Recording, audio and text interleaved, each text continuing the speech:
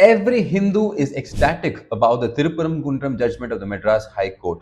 The DMK was slapped so hard in the face yet again that its facial muscle almost turned numb because of the judicial power that it experienced. So everybody wants to know the nuances and the substantive part of the judgment, which is 170 pages long. So I'll try to break down the nuances into 7 short points for the benefit of the viewers.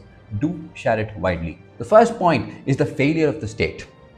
It is ridiculous and hard to believe the fear of the mighty state, says the Honorable Division Bench of the Madras High Court, when they say that if a few people go atop a hill and light a lamp, it is going to cause disturbance in peace. The High Court says that it can only be done by the state, and I believe and we believe that the state will not stoop so low. No state will stoop so low to cause any disturbance of peace for its citizens. That simply says that nobody can cause disturbance of peace but the state. The next important point is a stinging remark on the district authorities. They say that the apprehension of the district administration is an imaginary ghost, which means that such an apprehension is not founded on legal basis or logical basis. And hence to say that it's going to cause stampede or disturbance in harmony among communities only exposes one of the two things. One, their incapacity to maintain law and order, or their unwillingness to bring in harmony between different communities. The second point is about maintainability.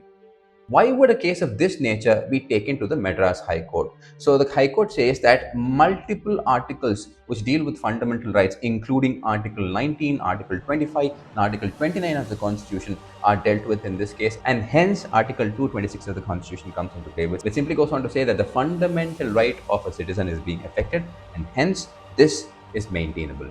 The third point deals with whether this is a property of the temple and whether the Waqf has a locus in interfering into this.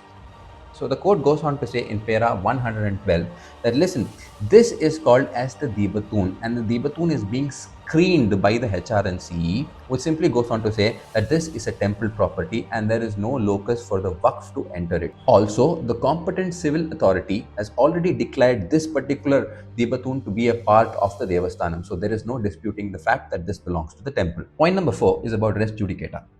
You might wonder what it is. It's a legal term which simply means that if a particular issue has been already decided by courts, there is no point in relitigating about it.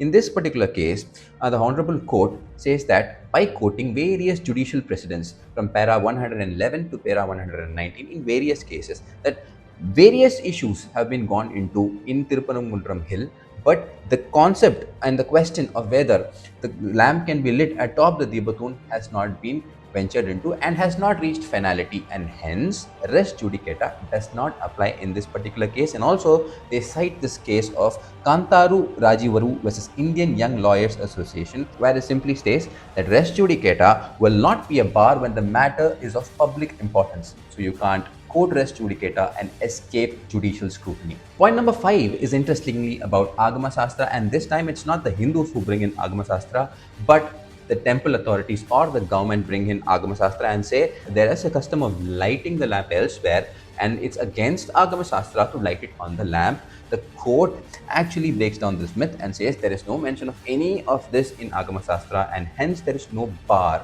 on anybody lighting this lamp atop the Debatun. So the DMK propaganda gets shattered this time even by using the Agama Sastra. Point number 6 deals with the very serious question whether this is the Debatun or it's a survey stone, as quoted by many DMK members. Here, the court relies on the Great Trigonometrical Survey of India Volume 2 by Colonel J.T. Walker, who was the Survey General of India back then. This survey clearly points out that the Debatun is not the survey stone as claimed by many. In fact, to quote the judges verbatim, they say, this eliminates the calculated campaign by some of the private individuals that pillar is only a markstone left behind the survey department of the British Raj. Para 135. The last point is about the violation of principles of natural justice. If you wonder what it is, it's about giving a fair opportunity to both sides to be heard. You can't decide a case without hearing both sides. They said and alleged that the Waqf was not given enough time to represent their side of the details. But in this case, the court clearly distinguishes between a civil court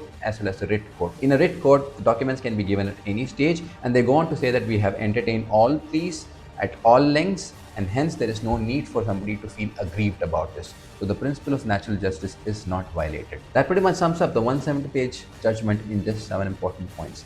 Do follow me for more updates. Thank you. Jai Hind.